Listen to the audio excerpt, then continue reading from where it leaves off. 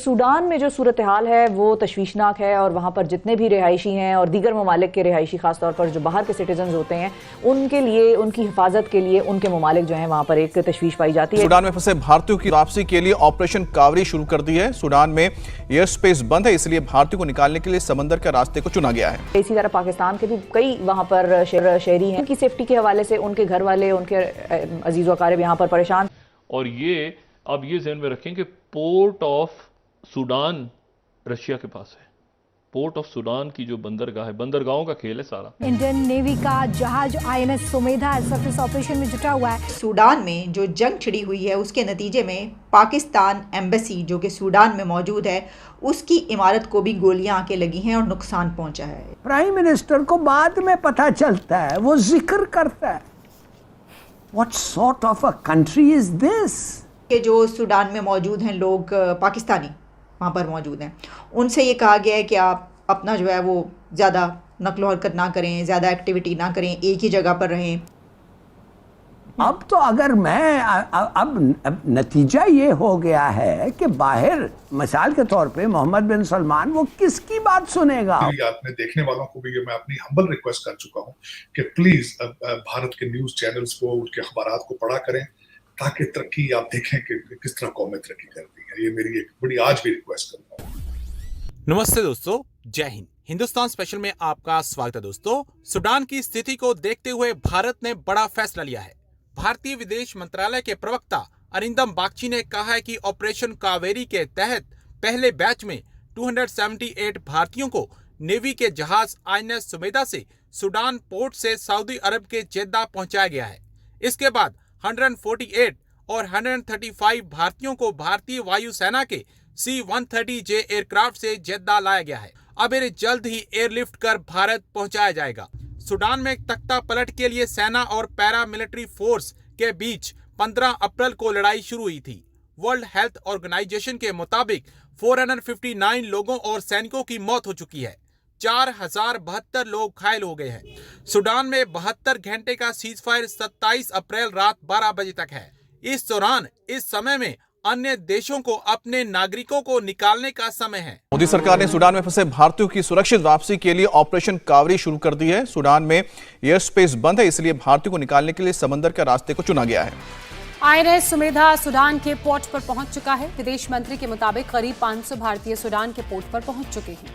अब ये जहाज इन भारतीयों को लेकर कभी भी स्वदेश रवाना हो सकता है। विदेश राज्य मंत्री V मुरलीधरन ऑपरेशन कावेरी की निगरानी के लिए खुद आज सूडान जा रहे हैं। विदेश मंत्री S जयशंकर ने सूडान में भारतीयों को निकालने की प्रक्रिया पर ट्वीट करते हुए कहा कि सूडान में फंसे हमारे नागरिकों को वापस लाने के लिए ऑपरेशन कावेरी चल रहा है। सूडान में जो सूरत हाल है वो तशवीशनाक है और वहाँ पर जितने भी रिहायशी हैं और दीगर ममालिक के रिहायशी खासतौर पर जो बाहर के सिटीजन होते हैं उनके लिए, उनकी हिफाजत के लिए उनके ममालिक जो हैं वहाँ पर एक तशवीश पाई जाती है। इसी तरह पाकिस्तान के भी कई वहाँ पर शहरी हैं ऐसे जो कि वहाँ पर रिहाइश पजीर हैं, कारोबार करते हैं, नौकरियाँ करते हैं, उनकी सेफ्टी के हवाले से उनके घर वाले, उनके अजीज व अकारिब यहाँ पर परेशान। और ये अब ये ज़हन में रखें कि पोर्ट ऑफ सूडान रशिया के पास है। पोर्ट ऑफ सूडान की जो बंदरगाह है, बंदरगाहों का खेल है सारा।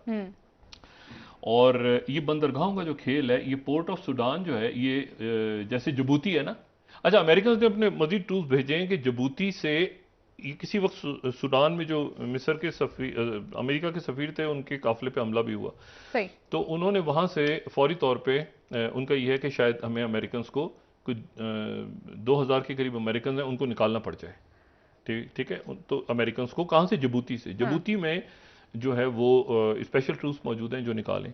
लेकिन आप समझें कि ये एक तरह से अफ्रीका में इस वक्त एक लड़ाई हो रही है। ठीक है। चाइना नहीं है, रशिया नहीं है कहीं, लेकिन पैरामिलिट्री वो है ना कि वो पीछे वो प्रॉक्सी, वो वैगनर ग्रुप, दूसरा गोल्ड के ज़खायर हैं। और अमेरिकन का ये भी ख्याल है कि ये जो गोल्ड के ज़खायर हैं ये गए हैं एक, अगर आप नक्शे में देखें ना तो एक है लताकिया की बंदरगाह है। लताकिया की बंदरगाह जो है ये आप समझें कि इस तरफ अफ्रीका है, इस तरफ जो है वो मेडिटेरियन और फिर उसके बाद बहर अहमर है।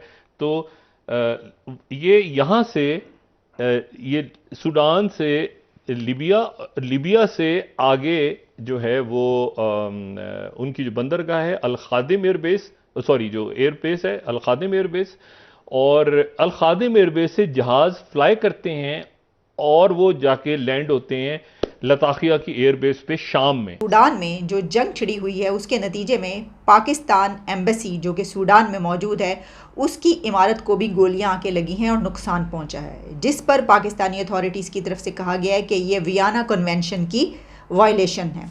डिटेल्स इसकी कुछ यूँ है, आप तो जानती हैं सूडान में क्या हो रहा है, वो तो आपको मालूम ही है ना। सूडानी दारुल हुकूमत खर्तूम में फ़ौज और रैपिड फोर्सेस के दरमियान जो झड़पें हुई हैं और गोलियां चल रही हैं, उसमें पाकिस्तानी सिफारत खाने एम्बेसी की इमारत को भी गोलियां लगी हैं, उसकी जद में आ गई है। और इस पर सूडान में जो पाकिस्तानी एम्बेसी का ऑफिशियल ट्विटर अकाउंट है वहाँ से इसको वेरीफाई किया गया है और कहा गया है कि 3 गोलियां पाकिस्तानी एम्बेसी की इमारत को लगी आके। और इस पर पाकिस्तानी एम्बेसी का ये कहना है कि जो वहाँ पर एम्बेसी में स्टाफ मौजूद है उसको सिक्योरिटी सूडान हुकूमत की ज़िम्मेदारी है, वहाँ के स्टाफ की जितनी भी कोई रिस्पॉन्सिबिलिटी है वो वहाँ की गवर्नमेंट की है।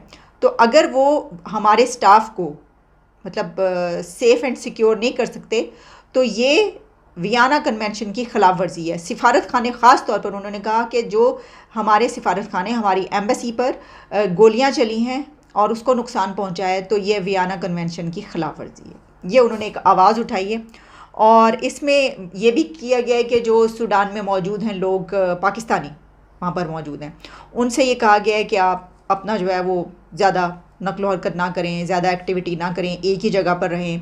फिर ये भी कहा गया कि ख्याल के यानी कहीं अगर आप जा रहे हैं तो बता के जाएं, एम्बेसी को पता हो। ये सब आपको पता है कि इस तरह के पैरामीटर्स लिए जाते हैं गवर्नमेंट्स की तरफ से, और काफ़ी कंट्रीज़ ने ये बात कही होगी। तो लोग ये भी कहते हुए नज़र आ रहे हैं क्योंकि सूडानी फ़ौज और पैरामिलिट्री फ़ोर्स के दरमियान ही ये झड़पें हैं, तो लोग ये भी कह रहे हैं कि 2 जर्नैलों की आपसी रस्साकशी ने सूडान को भी फाई लगा दिया। इसका क्या मतलब हुआ?